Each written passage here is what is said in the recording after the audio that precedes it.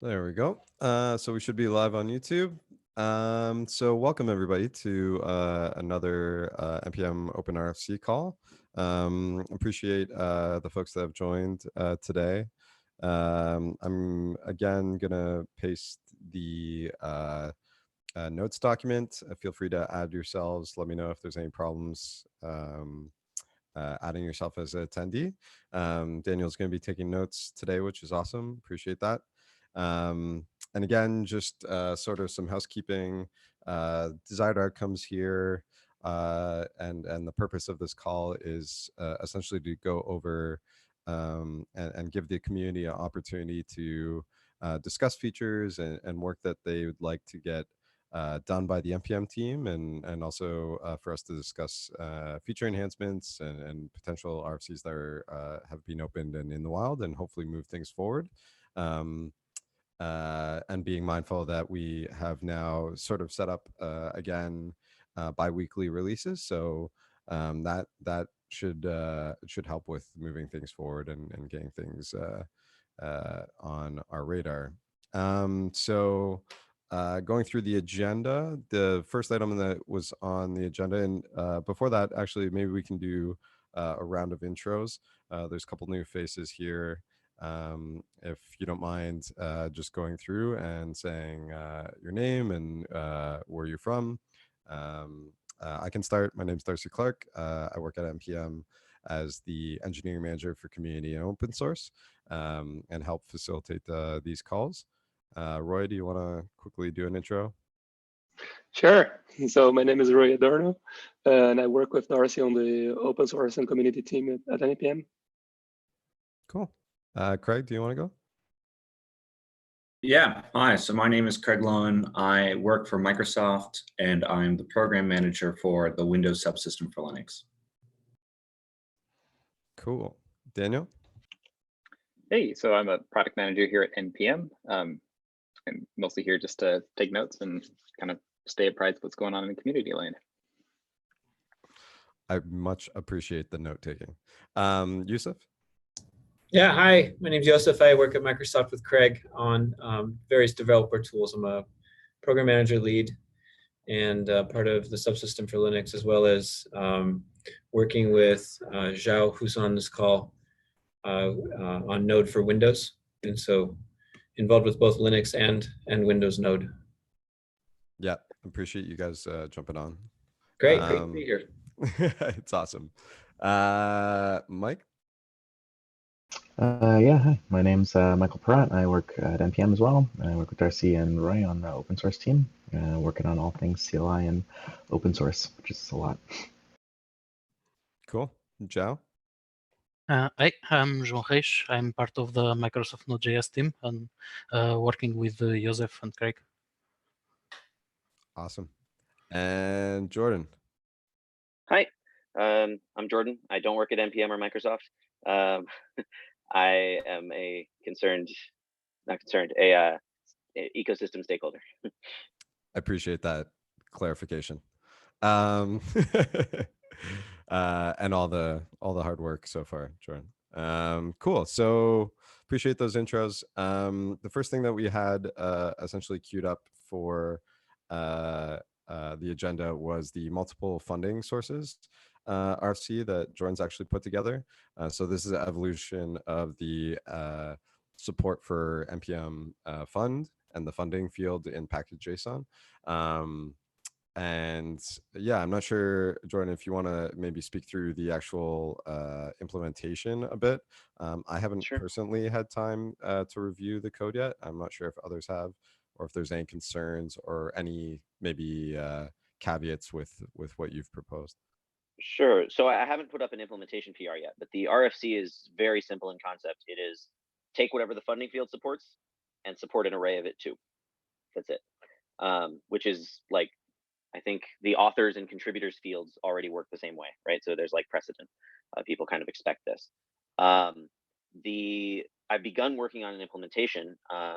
There's a little docs cleanup from the string shortcut that I included, but the part that gets tricky is I do have some implementation questions we don't have to talk about on this call. Maybe Roy, I don't know if you're the right one to talk to, but like we can connect offline for that. But the real kind of bike sheddy question about the RFC is, what does the npm fund output look like? The JSON output is easy. It doesn't matter. It's literally just, it'll be an array of stuff where it wasn't. The kind of open questions in general are like, so I guess for the JSON output, it's a question of like, should everything always be an array now? Just normalize it to be arrays. So you get an array of 0 or an array of 1. For me, that feels simpler to work with, but I don't know. Maybe someone consuming the JSON would consider that a breaking change. But for the non-JSON output, the current kind of algorithm to compute the tree that prints out seems like it expects only one item. So like, for example, if I have package A that has a GitHub sponsor and a Tidelift link, and I have package B myself that has the same GitHub sponsor, but an open collective link, those don't dedupe to the same item. And currently they all, because they only have one link, if they have the same link, they can collapse together. But like, how would we have to kind of decide how we want to show. Would we show A and B separately, or would we show A and B with the GitHub sponsor link and A with the Tidelift and B with the open collective? Either of those makes sense to me, but we'd have to make that decision to handle the deduping and the collapsing and stuff. And but that to me doesn't seem like a should we approve the RFC question. It's more of just like, we have to decide that as part of before the implementation is approved. And that, maybe some folks on the call have thoughts. Yeah, also, I think with opening this up to an array, we are going to see that output or whatever we're going to display like massively expand. So we have to maybe consider how we're going to handle that. Like, is there a depth? Like, do we consider adding depth flags or like some sort of? I mean, a depth flag does make sense to me anyway, because the more transitive a dependency is, the less likely I am to be motivated to pay for it.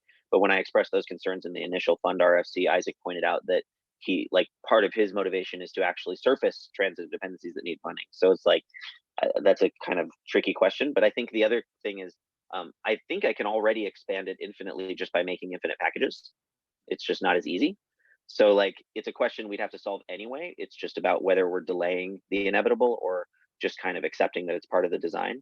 And so I believe that if we come up with a design that handles this, whether there's a depth argument or not, I don't know that, but like, and we come up but if we come up with a good UI for the JSON, the just shell output, and then potentially for like what it would look like on the NPM website, because it's going to impact that as well, then even though that's a closed source, so only a few of you would have to deal with it, but like it would impact the design. But then like the overarching question of how do we put a cap on it and prevent unbounded growth, I think that applies anyway. And like right now, as I'm adding funding fields to packages and publishing them and then going to their dependents and doing the same, I'm seeing the number of my packages that have a funding field grow, and like because they're currently deduped and would still be largely because, well, yeah, anyway, that's a different question. But like the number of unique funding URLs is slowly growing, and I haven't even tried to run npm fund yet in a large app. But it's going to take some time anyway for package updates with the field to filter through. So it'll be a while before we see that impact. But I imagine, like, I'm not at Airbnb anymore, but I imagine that if I were to run it on a fully updated version of Airbnb's dependency graph, I could easily have hundreds of entries. Sure. And as over time that'll only go up. So whether that's depth flags or like whether you need to add a pager, like like get diff or something, or whether I don't know. It's the potential is for even the JSON output to grow in an unbounded way, and I don't think that the array thing maybe slightly hastens it, but I don't think it introduces that problem. Yep. Yeah. I think it'll be fine. I don't think it's a concern moving forwards, especially with npm 7. We're changing the way that we create the dependency tree. No, I shouldn't say change the way we're creating the dependency tree. We're changing the way we like keep track of it with the new lock version format that we're working on internally with our Arborist. So that should vastly speed up npm-ls and the npm fund commands. And our goal is to flatten the tree as much as possible all the time anyways. So to say that it's like it can grow to infinity is a true statement, but it'll in practice I don't think it'll ever get there because the way that we're deduping. And Well, then to speak to your question about, oh, go ahead. Oh no, I was just gonna say, like, I wasn't even thinking about performance. You're very right to think about that as a consideration. I was just thinking about the like consumability of the output. If I have 500 lines on the screen, how am I gonna pick who to give money to? Yeah. And so to that, I think that at first, I don't know if we should really be concerned about that. I like the idea of iterative progress, similar to what you've just done with this particular RFC. When you sort of run npm fund at the moment, you get sort of that list of all of the packages names that have the same URL, and if that URL happens to be multiple for all the same ones, I don't know if that's necessarily going to be. As for instance, I'm running in a package on my machine right now, and it's got like tap, difffrag, and glob in it, all of which have URLs that point to the sponsor /Isaac. And if he had more than one of those URLs, then you just see 2 or 3 of them. Like I can imagine a scenario perhaps where someone has like 5 particular links, and then you just see 5 lines underneath these all together. Right? They'd get deduped in a similar. I mean, I think the challenge I foresee for me personally is that I have the same GitHub sponsors link everywhere, but I use Tidelift and I have 200 packages on it, and many of my packages are created to abstract things out of my packages. So, like every prolific package author, many of my dependents are me, or dependencies are me. So, but with Tidelift, I only have a URL for each package. I don't have a URL for me. So, if I put both in every package, I'm inevitably going to have a tree that has 50. That's not out of the question very, very rapidly. Like I might have 50 different tuples of which one is the same and one is different. I mean, the vision for this feature, I think, is still to get to a point where you can say, I have some money. I want to support the open source maintainers that I use, and I just want NPM to handle the complexity of that. So I think we still want to get to a point where you're not having to click individual URLs once we get to a point of proliferation, like you say. Cool. And also, I mean, if NPM were able to, at some point in the future, automatically create a landing page for that could encapsulate this complexity such that the user only needed like one link to show a single page that kind of tries to upsell them and be like, here's the people you should be supporting based on your dependency graph. And, just a wild guess that that's the direction it might be moving. Yep. Then like that, of course, would kind of obviate a lot of these concerns and questions. But I think we still need in the meantime to have some answers for them. Doesn't have to be perfect. Yeah. I do have some opinions on this, having written the original code there. So I never replied to your original comment, but I do agree with you with the problem of like trying to maybe separate or have some kind of just containing the amount of dependencies versus transitive dependencies. Like I thought it was a very good comment on the original PR. I haven't followed up in the conversation, but I did consider that. But to the point of dedupe, I think I would love to try to dedupe as much as we can. So maybe if we find a single URL that is repeated in multiple packages, just dedupe to that, like hook them all to the top level, which is what it does currently, the current algorithm there. And one thing I would even go further is that today the logic there will try to compare both URL and type. And I would say let's even ignore type. Like if we're doing this for in order to support the array, let's just consider the URL. Like if the URL is the same, let's try to just dedupe into the same item as much as we can. Well, and we can also keep all of the type values and show a deduped array of type values alongside that URL. So we could be like URL, whatever, type, individual, comma, collective, comma, enterprise, whatever. And then like, sure. if you want to see the details, they could look at the individual package. Yeah. But we can totally follow up on the implementation later. Yeah. Cool.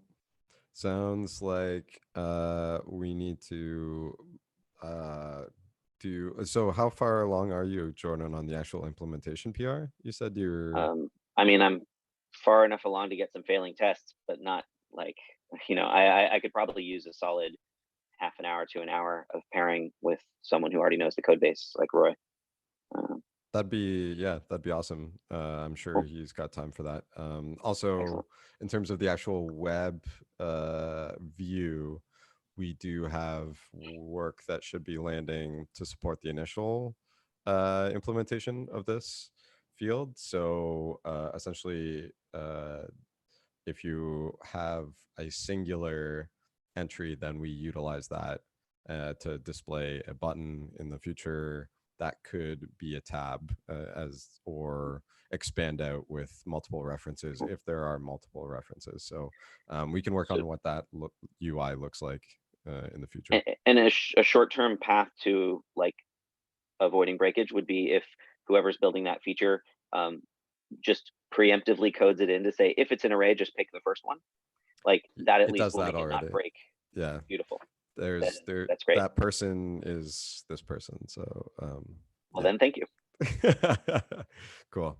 Okay, so there's I think that's about it on the multiple entries. And I pulled up or hoisted up this this ticket, which appreciate Craig actually pulling this together.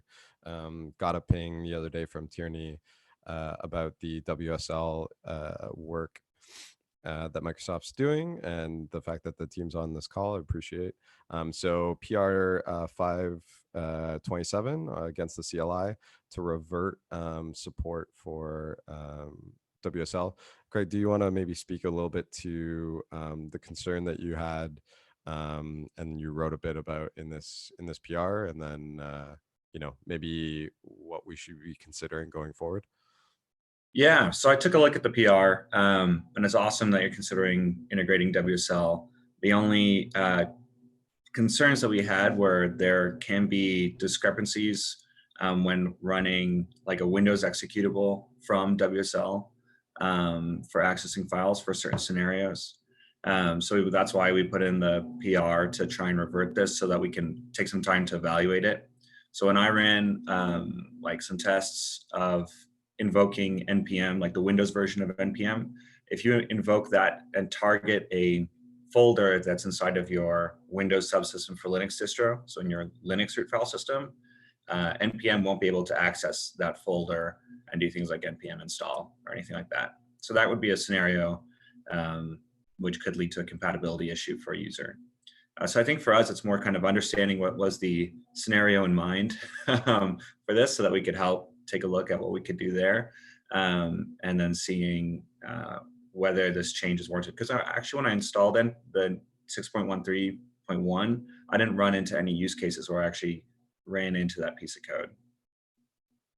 Yeah, so unfortunately, Joan, the original author of that PR, wasn't able to join, but commented essentially with the position that the idea here was to fall back, but that wasn't implemented that way. Meaning, we should be more mindful of how that was being pulled in. So I'm okay with like getting this landed in the next release that we've got queued up for Tuesday to revert this as it is now. And then we can discuss in the future, what this would look like, support for WSL would look like. Yeah, yep, that sounds good to me. And in the meantime, people can always just call into the Windows version using the regular WSL tools. So if they don't have NPM installed in their WSL distro, they can just call into Windows as they need it. Okay. And that, I mean, I think what this also kind of exposes is just like the level of Windows testing that we're doing needs to like increase, and test coverage that we have for, let's say, these scenarios, right? So you're saying that you ran a test specifically and you probably hit like a permissions error at some point, right? Like walk me through that. So that specific test, that scenario, I would love to have a test that covers that. So if you can like replicate that in some way and like contribute like a test for that specific scenario, then that would be great for us going forward to then implement that feature and make sure that it actually like works, right? Like support for it. Yeah, I could just share the shell commands that I ran to do it. Is that probably the easiest way, or? Yeah, we could even, we can even do it. So we can, going forward, we're going to probably continue to use Travis and GitHub Actions to be spinning up builds. Specifically, we've noted that Travis, I think, uses command.exe, whereas like GitHub Actions uses, or the other way around. I think it's the other way around. Yeah, I think Travis uses PowerShell. Yeah. PowerShell, and then GitHub Actions uses command. So we like that, the fact that we'll be covering two bases, like for how things are getting executed on Windows. So but our Windows test coverage, I'd love to see increase, and like these specific nuanced sort of tests would be great to have as well. Like, yeah, if you can contribute to the test itself, discovering those features that maybe something we need to support or something we want to avoid on Windows, if you're actually able to submit them as a PR to NPM so that we can be aware of it. If it's a failing test, then we'll probably not merge right away, but then we can be aware of this. Yeah, because I'm guessing like this reversion, like if you submitted also like the PR with like a failing test essentially for this scenario, then this like immediately we're like, oh yeah, like this broke something. Yeah. Cool. Yeah, but it is a bit of a blind spot for us right now. So like we were like, oh, this is going to make Windows users' lives a lot easier. Let's do it. And it's great to have like the team be like, maybe you don't want to be doing that. So appreciate you jumping on.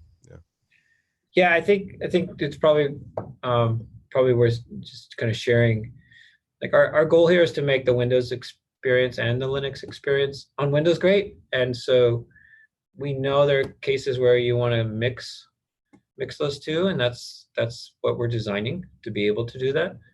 But we don't always know exactly how people want to combine. And so I'll give you an example. Like today, you can use VS Code running natively on Windows, working on a node project that's running in WSL, and it's awesome. But what's the combo that other people want to do that's different than that? And so that we don't have quite as much of a clear signal. So when a PR like this came in, it was like, well, what's motivating this? And so that's the kind of feedback we're looking for too. So like if we make a test, the test should be something that people want to work or confirm fails in order to preserve or to make Windows a great place to do work, and whether you're focused on native Linux or native Windows, if that makes sense. So we're trying to support everyone, but sometimes supporting everyone can cause problems if you make assumptions, right? And we don't want to make the wrong assumptions and be and cause pain. So just wanted to share that. Thanks. For sure. I think we're in the same boat. And the supported environments and usage is, it's surface area is broad. So yeah. Cool. Thank you. Yeah, no problem. And feel free if you folks have to drop off. I know this was primarily, I think, why you jumped on board, and we'll look to take the action item of looking at reverting this and then pulling this in for the next release. So I believe the next release we have queued up is a minor 6.14. So you can expect that next Tuesday. So awesome. Yeah, appreciate it. No problem. Thank you. All right. Cheers. Cheers. Awesome. Moving on, issue 470. This was essentially identified as a question. So the necessity of PowerShell. Script for global packages. I don't know if we flagged this as needs discussion 2 weeks ago, and I don't think anything's happened since then. So I'm going to actually probably remove the label for now. Until we have some activity on this thread. I think Isaac was the only one that had investigated this a little bit. It's like if you, something around the idea if you invoke a like .ps1 file with PowerShell, it yells at you, but if you don't do it elsewhere in this file system, it does something else. This would have been We probably should have brought this up while the Windows guys were still here. Yeah, I realized that after. Yeah, that's fine. That's cool. We'll make sure we pull them in next time. Yeah, also, like, we should investigate this ourselves though too, because it's in read command shim. So yeah, I'm not sure why we would have the conversation on the CLI repo, but that's fine. So I've just removed, until we get some feedback on that thread, I've removed the agenda label for now.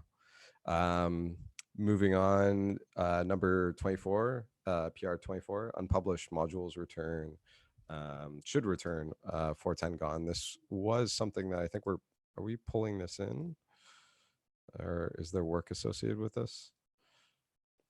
I believe last meeting we noted that this is something we wanted to do. I think the feature team has something to the effect of this with unpublish, like with the new unpublished feature, but I don't know to like the extent of what they've implemented. Perhaps Daniel, you can speak to that. It's ringing a very faint bell. I can't speak to the details though. What was this RFC about? So unpublished. So when you unpublish, oh, go ahead. So when you unpublish a module, it should the reference that you should get, or the HTTP status code that you get back when you try to access it, should be 410 gone, instead of what it currently returns. Yeah, I think they're planning to do this, like change the status code. Okay. So we should remove needs discussion. Do we have anything? It's already linked as or labeled as registry enhancements. We can remove it from the agenda for now. Do you know, Daniel, do you know a timeline? They were going to release this week, but it was a short week due to the holiday. So next week is the plan. They're currently putting the testing plan together and are going to do QA and then release is the idea as quickly as they can. Okay. So this, maybe we can add I'm going to leave a comment on the Okay. IM. Appreciate that, Mike. Great. So I removed the agenda label, and yeah, hopefully we can close this out once that gets released. I'll follow up just to make sure that this actually is happening. Because I know there was a conversation, I just don't remember if it got followed through on. So awesome, thanks. Yeah, if you can take that as an action item just to circle back. Cool. Moving along. PR number 22, add feature to show dependencies of a particular dependency.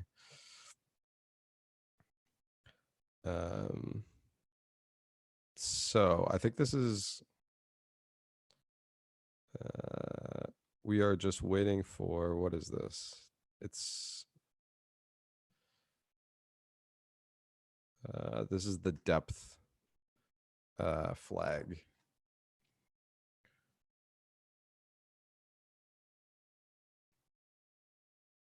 Has anybody had any a chance to look this over? Which, sorry? What? PR number 22 for essentially adding a feature to show dependencies of a particular dependency. So like, yeah, going in and doing like npm ls your package depth. You can do this already. If you type npm ls space the package name you care about, it will list your package and its dependencies, I'm pretty sure. Yeah, but it's more complicated than that. In the RFC, it's mentioning the usage of the depth flag in order to limit the amount of dependencies you're going to show, right? But the thing is that, like today, npm ls name of a package, if you have multiple instances of the package, right, and your dependency tree is going to show up everything. And I'm not sure it behaves the way the RFC, like like if it's even possible to have it behaving it's simple as that. It's just more complicated than just trying to limit. It seems So- like in general, what might be, and maybe this is a broader topic, but what might be useful is for any npm command that looks at node modules, which includes ls, fund, there's probably many others, right? In depth as well, right? It seems like it might be useful to have a way to scope it to a selector where you say go through this step and this step and this step and this step, and then run the command as if I ran it there, and then that would start the depth from that point. Which kind of would remove what might be the ambiguity you're referring to. That would start the fund from that point. I could say like, show me all the things that Babel depends on, you know, because I care about that. I want to make sure like Babel's supported indirectly too, right, or something. Or I could be like, show me the dependency graph that I'm, you know, dealing with because of, you know, Babel, since I already picked on them. But like that's a little more complicated, but it would be some sort of like npm -- scope and then like a dot, you know, some sort of selector syntax, and you know, Yeah. but it might address it might like kind of address this category of concerns and the ambiguities around them. Yeah. So some of this will be immediately addressable in npm 7, like when Arborist lands, because the metadata that Arborist holds is a graph tree. It's not strictly a tree. It's a graph of all the dependencies in your node modules, and so being able to say I want to know this particular one and all the places that it exists will be, and like or anything underneath it will be easy because each node has its like in and out edges, right? So you'll be able to say like this one is used by these things or this one uses these things. A little bit easier than. How will that work in npm 7 when I have like symlinks on the disk, or when I've made modifications to node modules? Will they just be ignored, or will it somehow pick them up? So manually or through the CLI? Yeah, manually, like as always will. No, then your node modules is broken. You shouldn't you shouldn't manually touch your node modules folder. That shouldn't be a thing that you should have to do. The CLI should handle all that stuff. And there's not That's even right. an escape hatch like bundled dependencies or something, or I can say like this folder, always look at the file system. But one thing to keep in mind Yeah, that Isaac mentioned about V7, but this is just potential work. I'm not sure this is complete or definitive, but Isaac mentioned he wants to actually change npmls into only outputting the data you have on your package log. So it wouldn't traverse the node modules folder anymore. So that like all that just becomes like, I think something like a query selector like Jordan mentioned might make way more sense than trying to just scope down the depth size like this RFC proposes. So the potential idea right now, because of the performance issues we have with npm fund, we also detect we have the same ones with npmls. So is to just use the package lock as a single source of truth for these commands. Is there any hope? I mean, so I assume you mean the Arborist metadata file, because not everyone has a package lock, and that's a controversial decision. But like, is there going to be an escape hatch? Like, I like comparing what's on disk. I want that behavior, and like, I want to make sure that what's on disk matches like package JSON and matches, you know, the Arborist metadata, let's say, without like, you know, or it doesn't conflict with it. It doesn't have to match. There could be extra stuff in there as long as it doesn't violate Semver restrictions and so on. But like that's important to me. I don't want to have to run npm CI and wipe everything out in order to validate that it's correct. Right. So I know that there is methods inside of Arborist that will like load your current tree. So like you can basically like generate an ideal tree from like what you have in your package JSON file or your package lock or your yarn lock file, or your shrink wrap file even.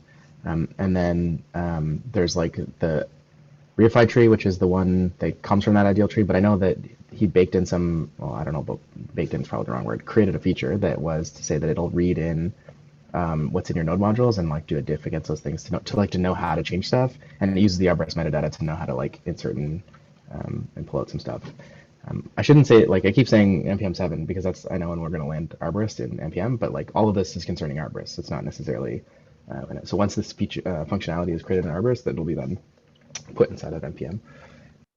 Yeah, I guess in general, and this is probably not a topic for the RFC call, but like the audit defaulting to lock files was a so auto flattening in npm3 and defaulting to lock files in 5 or 6, whichever it was, 5 I think, were both very kind of profound changes for the community that really affect a lot of people who may not have opinions besides whatever the default is what I'm going to do. And and then if the other group that do have opinions, and I'm so far I haven't heard anything concrete that I'm like raising alarms about from npm 7, but it sounds like it's going to be a series of profound changes to the ecosystem, and so I just kind of hope that there's going to be adequate time to really explore the consequences of those before they land. Yep. Because it's I've had Did you read there's a I've had a blog lot post of that got discussions pushed? about There's, lock files in libraries that I wish I didn't have to have. Let me put it that way. That wasn't my intention. I was just the comment was more towards the actual RFC, where because this might not make sense at all, right? That's what I meant. Yeah, but for sure. at the same time, like it's not definitive. All of this is just conversations we had internally with the team. Like, and I'm pretty sure Isaac will consider like a way to not break the current flow for everyone, right? Yeah, so just to circle back here on this specifically, I think that what Jordan brought up is actually what is ideal for sure. Some sort of filter scope, something along those lines, that is more broad in the sense that we can be using it across other subcommands. But I don't think it would make sense, and I don't think we're going to put time and invest time in doing this for 6. So what we can do essentially with this conversation is probably circle back, say that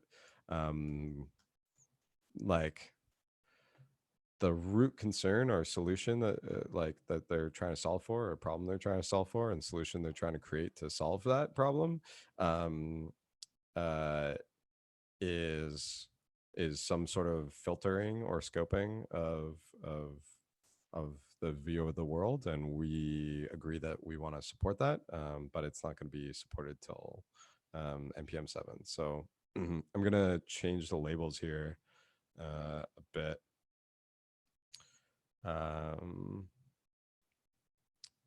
Remove help wanted, and we're going to say this is going to be release. This is going to be blocked by npm 7. And I'll take an action to write a comment on this thread specifically about, the intent there, and just the fact that it's something we find value in, but probably we're gonna wait till npm 7 to implement anything like that. Cool. Okay, so moving along, again, PR number 20, PowerShell scripts for installed binaries.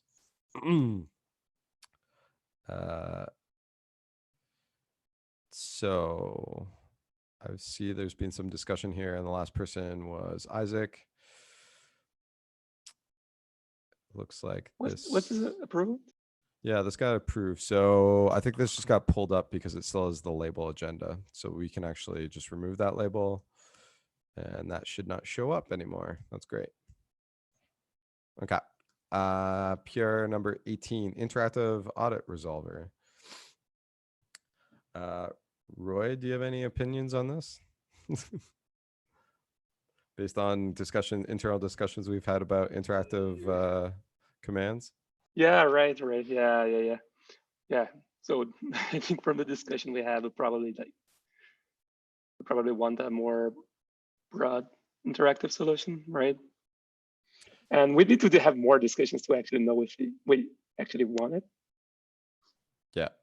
So I think like the idea of like an audit resolver by itself is what has sort of been discussed so far. Like the fact that it's interactive or not, like, okay, like I think we want interactive sort of commands all over the place. So yeah, and I love them, right? right. So if you can create the RFC in the next week or so for that more broadly, then the discussion still stands that we want the ability here to, I think, opt out of certain audit results, right? Like this is what this is, continues to keep coming up. People are like, I don't want to get, I don't want to hear about when this, when one of my deps has this issue with it. Like I want to like opt out of that, say that I'm fine, and then have like, npm audit resolve or something. This I think is still, I'm probably going to remove it from the agenda because I think that we still need like some internal discussion on how we move forward with this. Yeah, right. But it involves a little bit more than just the interactive interface. It also involves some sort of caching, like saving, okay, don't bug me about this, isn't that report anymore. Sure. Okay. And we don't really have any update from like our security folks or anything like that. So we'll move on. Got about 15 minutes left. And the last item that I actually put on here was a note about the Collaborator Summit in Montreal. I think a lot of people on this call are going to be there. I think, Jordan, you said you were not going to be at Node Interactive or the Collaborator Summit. That's right. That's right? Okay. I wanted to be mindful, though, of how we were going to be using this time, because I think we've gotten an hour allotted to us by the Collab Summit folks, and just wanted to give time for people to suggest how we use this meeting. It can be a in-person Open RFC meeting, or I think we could also utilize the time to discuss how we can better collaborate with like the NPM community or the Node community at large. So I'm all for maybe making it like a working group, a working session, whiteboard ideas. But just want to essentially put this on people's radar. Also note that you have to actually, I think, register to add this to your Node Interactive ticket.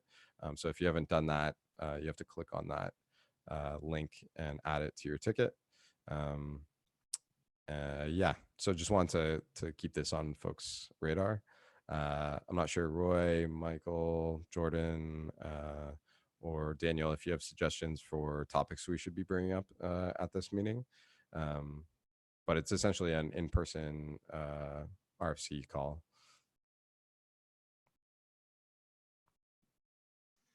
The only thing might be that one RFC that we've drafted around verified account linking, like trying to figure out if there's interest in kind of ensuring the integrity of the JavaScript ecosystem.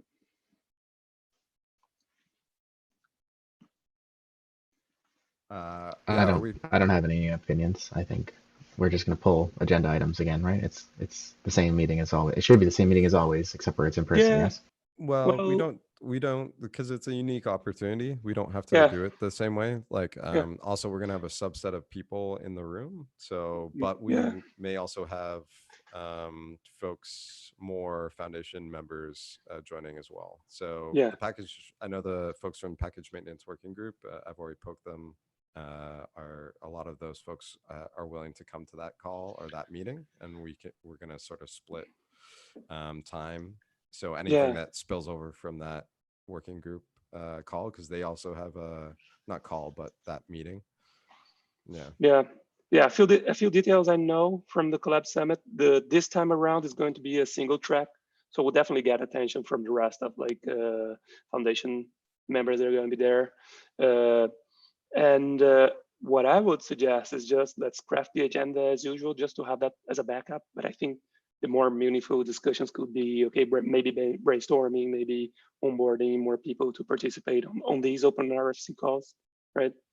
I think that's more valuable than just the regular Open RFC call.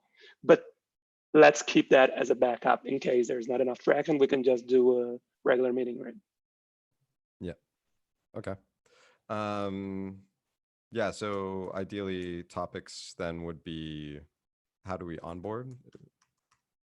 onboarding and participation. And maybe brainstorming, like gathering maybe our RFCs, what the community wants, right? Yeah, totally. RFCs. And I can't spell today. Cool. If there's a way for me to call in during the summit, I will. Yeah, we'll Yeah, Skype you I in. know. We'll put you on a little robot. I know the summit people that are trying to find a way to have those, especially for the working groups, like Open RFC calls like these. They want to get a way to have a regular streaming going on, right? So it might be that there's going to be logistics already figured out. It might be that not. So maybe we can just try to call in from our laptops. I guess we'll see. Awesome. Okay. So I think that's it for agenda items. Did anybody else have any announcements? Anything else that they want to bring up or focus on? I know, Daniel, you've actually just you just created a topic for an RFC as well, which we haven't really had time to review yet. I'm not sure if you want to maybe at least speak to that. Sure. Yeah, I can speak to that. Let me just pull it up so it's in front of me. I'll share a link.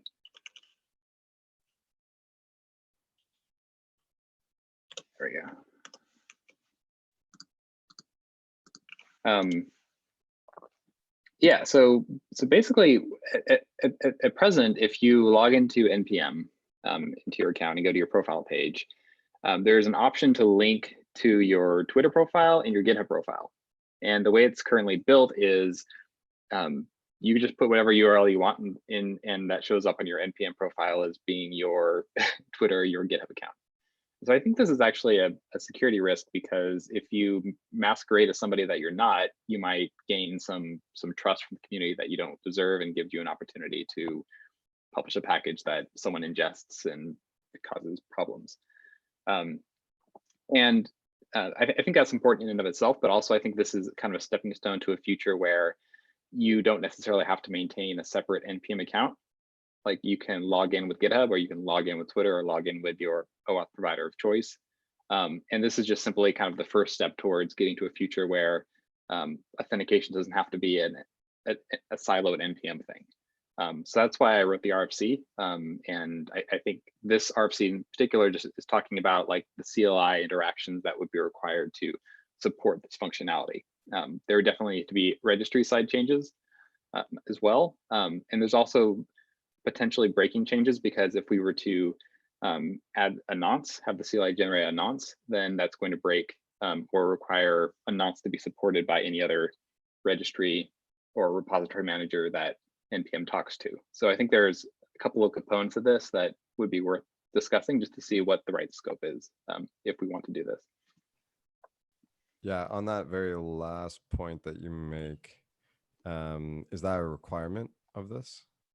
Nope. The reason I put it in here is because I think it's going to be a hard sell just to have the nonce be its own thing that's done. And so having it be part of something that provides user-facing value seemed like a good thing, but again, it's a potentially breaking change, so I don't want it to hamstring any, other perceived value in this PR unnecessarily. And maybe it's something we don't want, but it's something that we talked about because it does help you avoid, replay attacks and stuff. So it seems like a good security thing. Just it's potentially breaking change, right? For sure.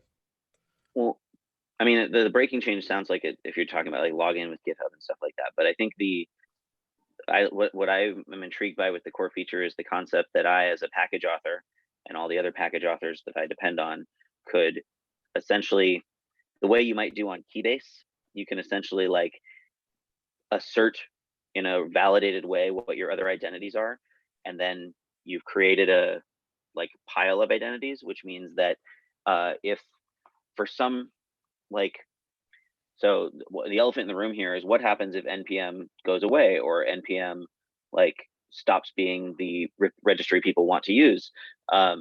it seems like an ethical thing to make sure that all of that data, it doesn't either become insecure or gone.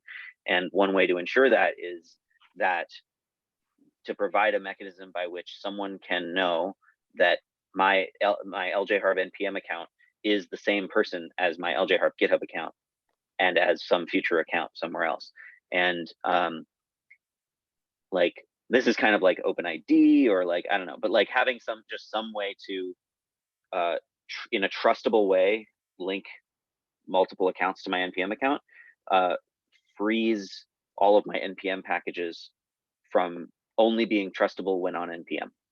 It means that if I could do that, then GitHub package registry, for example, could automatically pull my NPM packages in and grant my GitHub account appropriate permissions on them without me having to do a bunch of work. And then users of both get benefits. It means if I publish to GitHub's package registry, GitHub could just, I could tell GitHub to just auto publish it to NPM for me, because like they know my NPM account and it's secure, and NPM knows that I'm GitHub and so on. Yep. So like as long as there's a way, as long as it leads to a future where that auth data stops being, like you said, siloed inside NPM, I think that's a massive improvement for everyone. I'm pleased to see NPM employees pushing it. For sure. Okay, cool. So this essentially, I think, just needs the eyeballs on it, as well as maybe a little bit of discussion, as you said, Daniel, around that like, you didn't propose, like, I'm not seeing the nonce in here. Is it?